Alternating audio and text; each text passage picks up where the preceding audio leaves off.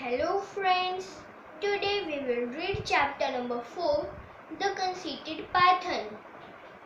Grandfather never could resist buying unusual pets, and once he paid a snake charmer in the bazaar only 4 rupees for the young 4-foot python that was on display to a crowd of eager boys and girls.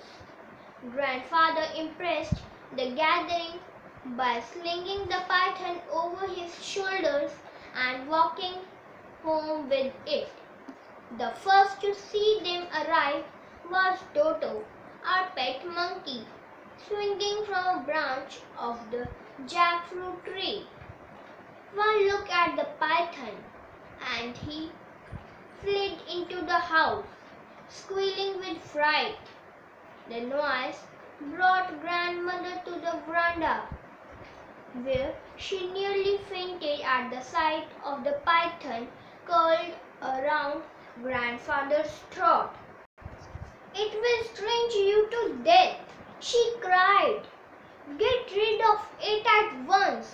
"Nonsense," said grandfather. "He is only a young fellow. He will soon get used to us." "He might indeed," said grandmother, "but I have no intention of getting used to him. And you know, your cousin Mabel is coming to stay with us tomorrow. She will leave the minute she knows there is a snake in the house. Well, I can't let him loose in the garden. He might find his way into the poultry house. And then where would we be?" "Oh, how irritating you are," grumbled grandmother. "Lock the thing in the bathroom, then go out and find the man you bought it from, and get him to come here and collect it." And so grandfather took the python into the bathroom and placed him in the tub. After closing the door on him, he gave me a sad look.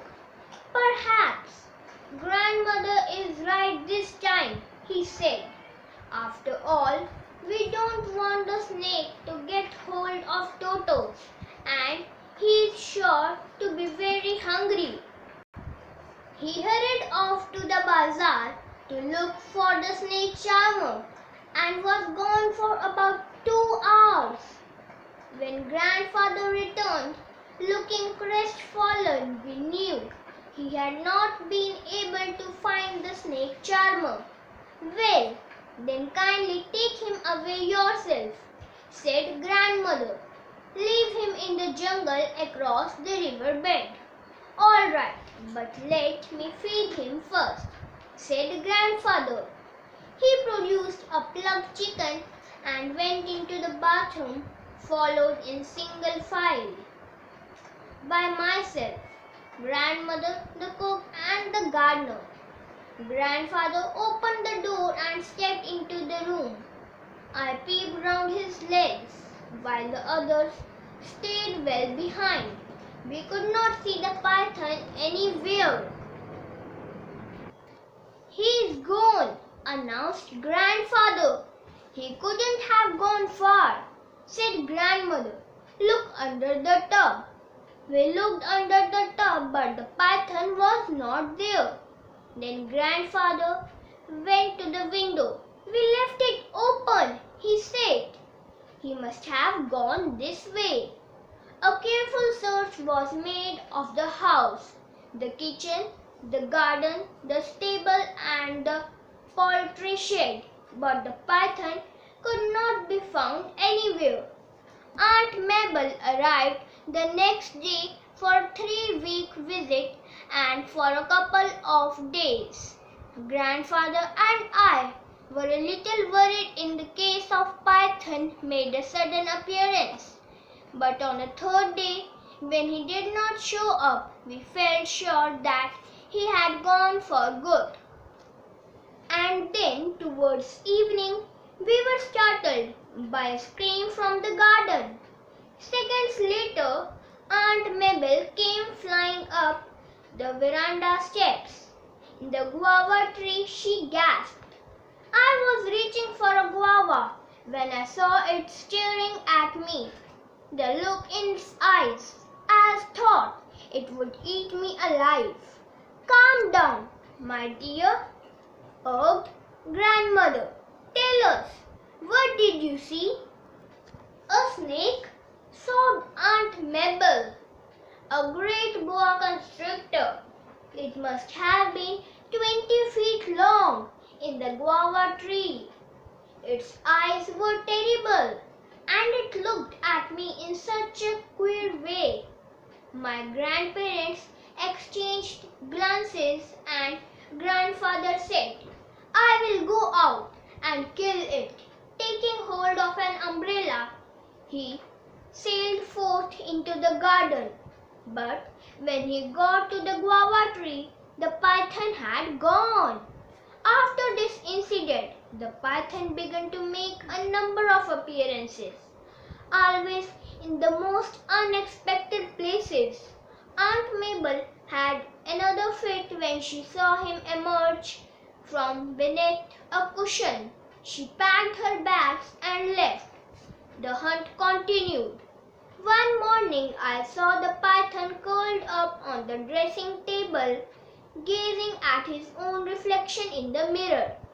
I went for the grandfather, but by the time we returned to the room, the python had moved on. He was seen in the garden, and once the cook saw him crawling up the iron ladder to the roof. Then we found him on the dressing table a second time, admiring himself in the mirror. Evidently, he was fascinated by his own reflection. All the attention he is getting has probably made him conceited, said grandfather. Anyway, now we know his weakness. The python is becoming vain, so it should be easier to catch him. Grandfather set about preparing a large cage with a mirror at one end. In the cage, he left a juicy chicken and several other tasty things. The opening was fitted up with a trap door. For a few days, nothing happened, and then, as I was leaving for school one morning, I saw the python in the cage. He had eaten everything left out for him and was curled up in front of the mirror with something that resembled a smile on his face. If you can imagine a python smiling. I lowered the trapdoor gently, but the python took no notice of me. Grandfather and the gardener put the cage in a tonga and took it across the river bed. Opening the trapdoor, they left the cage in the jungle. When they went away, the python had made no attempt to get out. I didn't have the heart to take the mirror away from him, said grandfather. It's the first time I have seen a snake fall in love. By Ruskin Bond. About the author. Ruskin Bond was born in Kasauli, Punjab in 1934. As a child, he moved around to places like Jamnagar and Dehradun and completed much of his education in Shimla. Bond started writing very early on. He wrote his first short story, Untouchable, at the age of 16 and had published his first novel, The Room on the Roof Horror, by the time he was 21.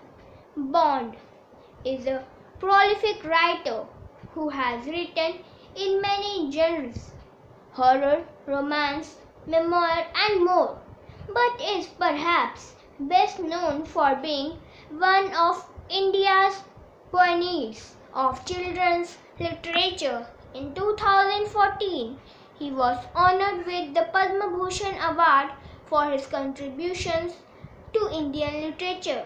Thank you friends. Bye bye.